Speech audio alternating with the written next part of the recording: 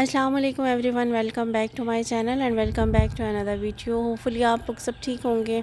अल्हम्दुलिल्लाह हम भी बिल्कुल ठीक हैं।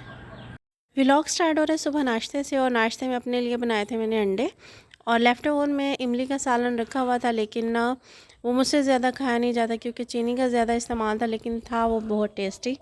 लेकिन थोड़ी सी मिकदार में खाया जाता है। मैं ज़्यादातर नमकीन चीज़ें खाना ज़्यादा पसंद करती हूँ बनिस्बत मीठे के। खैर, साथ में अंडा बनाया और इमली का सालन भी मैंने साथ में रख लिया था, ताकि ना टेस्ट चेंज करने के लिए ना उसको भी यूज़ करती रहूँ। खैर, नाश्ता करने के बाद घर के काम करने के साथ साथ फिर बाहर जानवरों के काम हो रहे थे, और ये देवर थे जो जानवरों के कामों में लगे हुए थे। डेली तो मैं अपनी सास की रूटीन आप लोगों से शेयर कर रही होती हूँ, जो ज़्यादातर जानवरों का गोबर वगैरह उठा रही होती हैं, पाथ रही होती हैं, साथ में जानवरों को पानी पिलाना और साथ में उनकी जगह को शिफ्ट करना। तो आज देवर की रूटीन आप लोगों से शेयर कर रही हूँ। यहाँ से जानवरों को 2-3 जगह पे शिफ्ट किया जाता है, वही काम चल रहा था। ये शिफ्टिंग में लगे हुए थे और मैं इनकी वीडियो कैप्चर कर रही थी।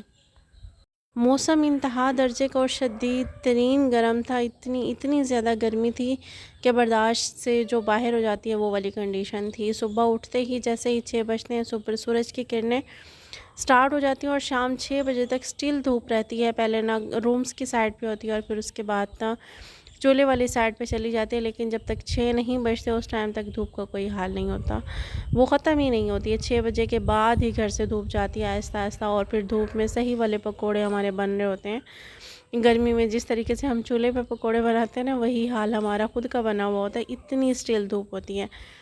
खैर, आप लोग सुनाएं, आप लोगों की तरफ मौसम कैसा है। और घर के काम और ना बाहर की रूटीन दिखाने के बाद फिर दोपहर के खाने की बारी थी, और दोपहर के खाने में आज खिचड़ी बनानी थी। बहुत बहुत दिनों से दिल करा था खिचड़ी बनाने का, और ये धान जो सुखाए थे उसी से ही चावल निकाल के ना ये खिचड़ी बनानी, और 2 गिलास हमारे लिए इनफ होते हैं चावल बनाए तो।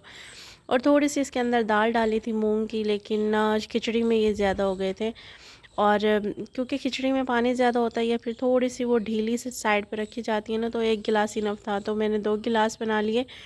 तो हमारे लिए ना बहुत ज़्यादा हो गई थी। खैर, ये वेस्ट तो नहीं हुई थी क्योंकि कुत्तों को भी अक्सर डाल दी जाती है या फिर मुर्गियों को भी डाल दी जाती है, लेकिन हो ज़्यादा गई थी। इसकी बड़ी टिपिकल सी और इजी सी रेसिपी होती है। सारी चीज़ों को एक साथ इकट्ठे चढ़ा दिया जाता है, इवन कि घी को भी और ऑयल को भी, हर चीज़ को ना एक साथ ही, जिस तरीके से हम बड़े का गोश्त बनाते हैं, मीन्स बीफ बनाते हैं, और इसको दूसरे चावलों के अंदाज में भी बनाया जाता है। पहले गोश्त के अंदर ऑयल के अंदर तड़का लगाया जाता है, फिर उसके बाद ना पानी और नमक शामिल करके इसको बना लिया जाता है। सबके में डिफरेंट मेथड होते हैं। खैर, यहाँ पे पहले मैंने बर्तन वॉश किए, घर के काम किए। घर के काम करने के बाद फिर चावलों को लेके उनको साफ़ करना था, और जो शेल्फ़ थी ये पूरी भरी हुई थी, इसको भी खाली करना था, ताकि ना बाकी चीज़ें रख के इधर से ना इजीली ना काम कर सकूं। चावलों को साफ़ करने के बाद उनको अच्छे तरीके से वॉश किया, बर्तनों को उनकी जगह से उठाया। उठाने के बाद फ़िलहाल ना दूसरी शेल्फ़ पे शिफ्ट कर दिया, और बाद में जब फ्री होंगी तो इसको स्टैंड में लगा दूँगी। और साथ में आज रोटियों का रुमाल था, वो भी साफ़ करना था। और जो डस्ट है वो यहाँ पे बहुत बहुत ज़्यादा होती है। आसपास जो है वो बहुत खेत हैं, जितनी भी मिट्टी इधर से साफ़ की जाए या जितनी भी सफाइयाँ की जाएँ, कोई हाल नहीं होता। सारी डस्ट बाहर से आ जाती है। और फिर सोने पे सुहागा ये है कि शाम को इतना इतना ज़्यादा तूफ़ान आया, इतनी आंधी आई थी कि ना पूरा घर डस्ट से मज़ीद भर गया, और समझ ही नहीं आ रही थी कि कौन से कोने से स्टार्ट करके कौन से कोने पर ना रखा जाए। और 2 दिन से ना वही कंडीशन थी। मैं सुबह सफाइयाँ करके सारी फारिग हुई, और शाम को जब मैंने देखा तो इतनी कोई बुरी हालत थी। उफ़, इतनी मिट्टी।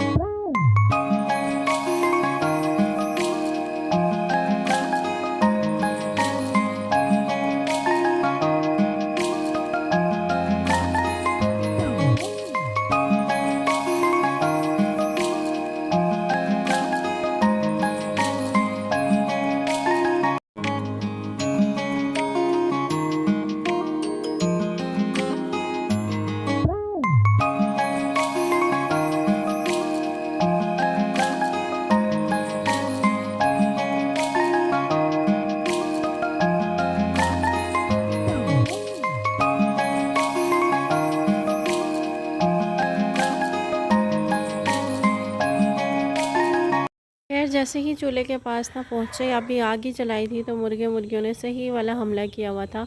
और किसी भी चीज़ में इनका हिस्सा ना हो, कच्चा हुआ हो या पका हुआ, ऐसा हो ही नहीं सकता।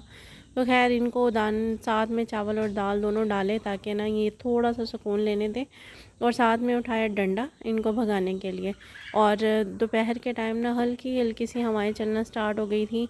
और शाम को फिर से ही वाली ना आंधी और तूफ़ान आए थे। और इस टाइम जो आग थी वो आप लोगों को बता रही होगी कि हवाएं जो हैं हमारे यहाँ आप लोगों को साथ साथ सुकून देंगे और साथ में ढेर सारी मिट्टी देंगे। आप लोगों ने वो मिट्टी ना साथ साथ समेटते जाना है। और खैर यहाँ पे ना हमारी जो है वो दाल वाली खिचड़ी जो थी वो तैयार हो चुकी थी और बहुत बहुत टेस्टी बनी थी। बहुत दिनों से दिल कर रहा था और आज खा के ना सुकून आया। साथ में रखी हुई थी लस्सी और साथ में पानी। आप इसको दही के साथ भी इंजॉय कर सकते हैं। दोपहर का खाना खाने के बाद और नमाज़ अदा करने के बाद फ़्रेश होने के बाद और फिर सही वाला टोन हो जाना होता है। और फिर शाम तक ना किसी को नहीं पूछना होता, कोई काम नहीं बताना होता, कोई काम नहीं करना होता, सुकून से बस रेस्ट करना होता है, चाहे नींद आए या ना आए। नींद आ जाए तो बहुत अच्छी, वेल एंड गुड। अगर नींद ना आए ना तो सुकून से मोबाइल देखते रहना। खैर मेरी यही वाली कंडीशन है, अगर सुकून से सो जाऊँ तो ठीक है, अगर ना आए ना तो बस मोबाइल की शामत आ जाती है। मोबाइल भाई साहब भी ना बहुत ज़्यादा ना गर्म हो जाते हैं। और ख़ैर उसके बाद ये असर का टाइम था और असर के टाइम जो आंधी तूफ़ान आया ना वो आपके सामने है। वैसे दुनिया के सारे दुख एक तरफ हैं और जिस टाइम आप ना सुबह घर को चमका के ना सुकून से आप लोग लेटें और उसके बाद जिस टाइम आंधी या फिर इस तरीके की मिट्टी और पूरे घर को जब वो भर देना, वो वाला दुख एक तरफ होता है। और आप इस टाइम ने मेरे दुख का अंदाज़ा लगा सकते हैं। ये वाली कंडीशन थी और जो अनएक्सप्लेनेबल है।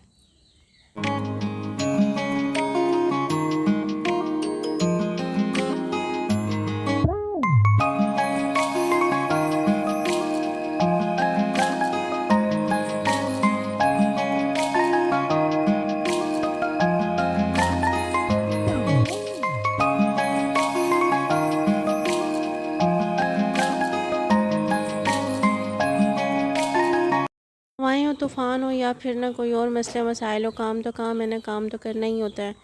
खैर ना खाना हमारा दोपहर का बचा हुआ था, वही हम लोगों ने खाया था। और जो आंधी तूफ़ान के साइड इफ़ेक्ट थे ना वो प्रांत के अंदर आपको नज़र आ रहे हैं।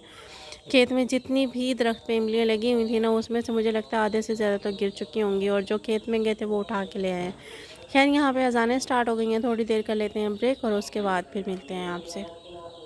सारा दिन ना दरवाज़ा खुलने की देर होती है, जैसे ही दरवाज़ा ओपन होता है ना तो ये बच्चे और मुर्गियाँ मुर्गे सारे के सारे घर में ही मौजूद होते हैं और इनको बार बार हाँकना पड़ता है स्टिक के साथ और फिर दरवाज़ा बंद करना पड़ता है। लेकिन दरवाज़ा ऑल टाइम बंद भी नहीं रहा जा सकता और ये जो है वो नवाब साहब बाहर भी नहीं रहा जा सकता इनसे। खैर जो हवाएं थी और गर्द थी और डस्ट थी उसके बावजूद ना बाहर बड़ा सुकून आ रहा था। और यहाँ पे सारे के सारे बाहर बैठे हुए थे जानवरों वाली जगह पे। घर में अकेली थी और साथ में फिर मैंने आके इनको ज्वाइन किया और शाम का ये खूबसूरत सा क्लिप लिया जो हवाओं के साथ बहुत बहुत प्यारा लग रहा था। गर्मी का ज़ोर एकदम से ख़त्म हो गया है, इतनी प्यारी हवाएं चलना स्टार्ट हो गई हैं। और उसके बाद रात को अच्छी खासी ना ठंड हो जाती है, रात को पंखा भी फ़ैन भी बंद करना पड़ जाता है।